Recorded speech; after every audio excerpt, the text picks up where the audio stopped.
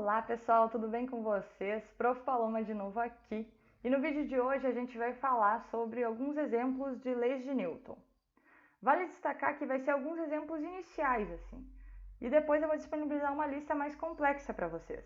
Caso vocês tiverem alguma dúvida em relação a isso, vocês solicitem aqui nos comentários para mim resolver o item dessa lista aqui no canal mesmo. Um passo a passo de toda a resolução do problema. Tranquilo?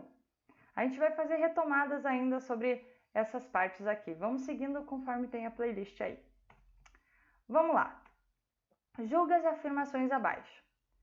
A gente vai, além de dizer que se a questão está certa ou está errada, a gente vai corrigir onde é que tem um erro, se tiver, no caso. Então, se um corpo sob ações de várias forças está em equilíbrio, então esse corpo só pode estar em repouso. Será? Encostos de cabeça nos veículos são utilizados para prevenir lesões mais graves em motoristas e passageiros nos casos de acidente. Fisicamente, a função desses equipamentos está relacionada com as leis de Newton? Um corpo permanece em movimento retilíneo uniforme ou em repouso quando não existe nenhuma força atuando sobre ele? Vamos começar pela primeira. Se um corpo está sob ações de várias forças, ele está em equilíbrio. Correto até aí? Ele está em equilíbrio, ações de várias forças, ele está em equilíbrio. Então esse corpo só pode estar em repouso? Não, né? Lembra que a gente viu ainda em cinemática, quando a gente tinha movimento retilíneo uniforme, o que acontecia no movimento retilíneo uniforme? Ou o corpo, ele estava lá quando a gente tinha, o corpo estava parado, ou ele estava em repouso, ou ele estava em movimento retilíneo uniforme. Movimento retilíneo uniforme é quando o quê? A soma das forças sobre ele é nula, então ele vai se mover com velocidade constante. Então, nesse caso aqui, se eu tiver várias forças e o corpo estiver em equilíbrio, ele ainda pode estar em MRU. Então, ele não pode só estar em repouso. Tranquilo? Encosto de cabeça nos veículos são utilizados para prevenir lesões? Então, é aquela questão que eu já li. Lembra que a gente tinha estudado agorinha na primeira lei de Newton? Sobre a tendência do corpo de permanecer naquele estado que ele se encontra? Então, o que acontece? O encosto de cabeça é basicamente o mesmo funcionamento do cinto de segurança. É de tentar resistir à tendência do corpo de se movimentar. Então, quando a gente vai aqui para trás, assim, numa batida, numa coisa, a gente pode lesionar a coluna, dar o efeito chicote. Então, é aquela tendência do corpo de continuar se movendo e aí ele vai ir para trás. Então, o encosto de cabeça é para tentar barrar a saída da cabeça da gente para trás. O cinto de segurança também para firmar. Então, ele está relacionado aos conceitos físicos das leis de Newton, da tendência de permanecer no estado de movimento, do princípio da inércia. Então, essa aqui está corretíssima. E a última alternativa é: um corpo permanece em movimento retilíneo uniforme ou em repouso quando não existe nenhuma força atuando sobre ele. O que a gente viu antes sobre o movimento retilíneo uniforme ou o corpo estar em repouso? O movimento retilíneo uniforme é quando o somatório das forças sobre ele for nulo. Então aqui a gente pode colocar que está errado porque quando a soma das forças que atuam sobre ele também for nula, né? Isso é válido. Aqui, agora essa questão é para a gente colocar qual dos itens está relacionado com a primeira lei, qual do item está relacionado com a segunda lei, qual do item está relacionado com a terceira lei. Tranquilo? Então, olha só. Determina que a força resultante é igual ao produto da massa pela aceleração do corpo. Só passar aqui o barulho, desculpa por isso. A segunda enuncia que toda ação existe uma reação de intensidade, mesma direção e sentidos opostos. E a outra diz que indica que um corpo tende a permanecer no seu estado de repouso ou movimento retilíneo uniforme, a menos que uma força resultante passe a atuar sobre ele. Então, o que a gente pode perceber aqui? O que é a segunda lei de Newton? Ela não determina exatamente que a força resultante sobre determinado objeto é dada pelo produto da massa vezes a aceleração?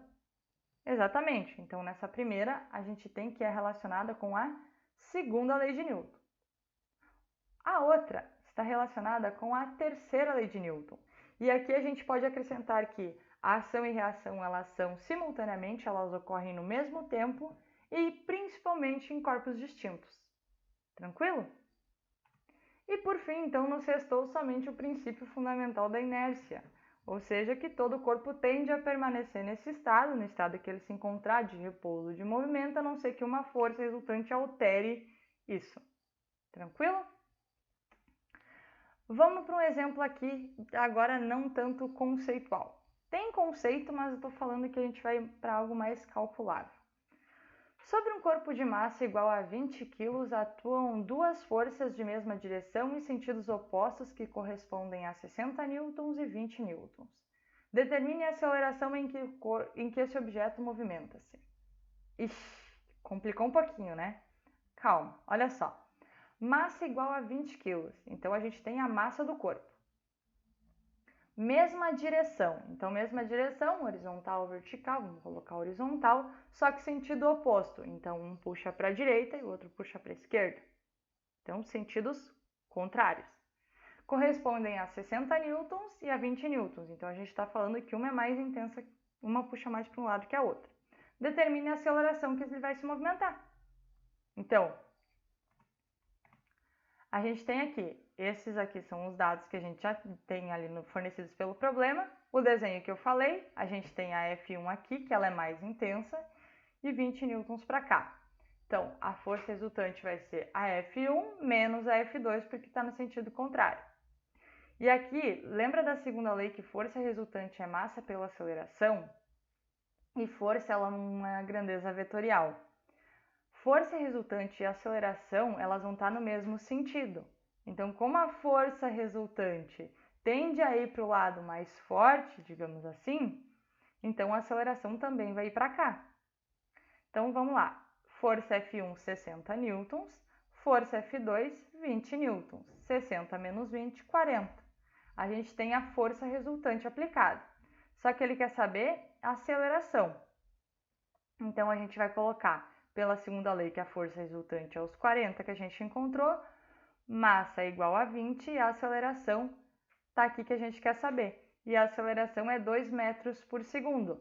Positivo porque está no mesmo sentido que a força resultante. A força resultante vai vir para a direita. Tranquilo? Sentido positivo do eixo.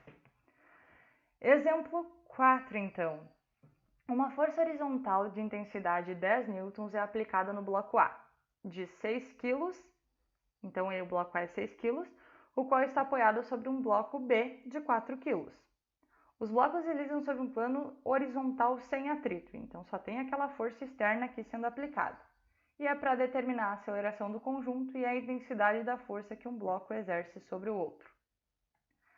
Vamos destacar pontos importantes novamente. Força igual a 10 newtons, massa do bloquinho A 6 kg, massa do bloquinho B 4 kg. Então o que está acontecendo aqui? Quando a gente aplica uma força externa e esses dois bloquinhos eles estão exatamente grudados, se eu aplicar uma força para cá, eles tendem a se movimentar juntos. Então por que não tratar eles dois como uma massa só, como um bloco só? Como é que a gente faz isso? A gente soma a massa desses dois bloquinhos. E a gente sabe que força resultante é massa vezes aceleração. Dessa forma, a gente tem que a força resultante é a força aquela dos 10 que está sendo aplicada. A massa é a massa dos dois bloquinhos porque eles estão andando junto. E a aceleração que a gente vai saber. Então, a aceleração aqui, 6 mais 4, 10. 10 dividido por 10, 1 metro por segundo. Então, ele está se movimentando com 1 metro por segundo ao quadrado. Tranquilo? Determine a intensidade da força que um bloquinho exerce sobre o outro. Então, olha só, como os dois blocos eles são aplicada a mesma força, eles estavam andando junto com a mesma aceleração, então a gente pode tratar que a aceleração vai ser, por mais que eu pegue um bloquinho de 1 metro por segundo, a aceleração é a mesma. Então, como é que a gente faz isso? A gente vai fazer aquela força que está sendo aplicada menos uma força que um bloco faz no outro, força do A para o B. Que a gente só quer saber qual que é essa força que um bloco faz no outro, a gente não quer essa força externa que ele está dando. Então, a gente vai manter a mesma aceleração, porque é a aceleração que o bloquinho está fazendo, e vai manipular essa expressão. Então, esses 10 aqui é os 10 que a gente não quer, e a força que um bloquinho exerce no outro é exatamente 4 newtons. Pessoal, qualquer dúvida coloque aqui nos comentários que eu vou estar ajudando vocês. Forte abraço!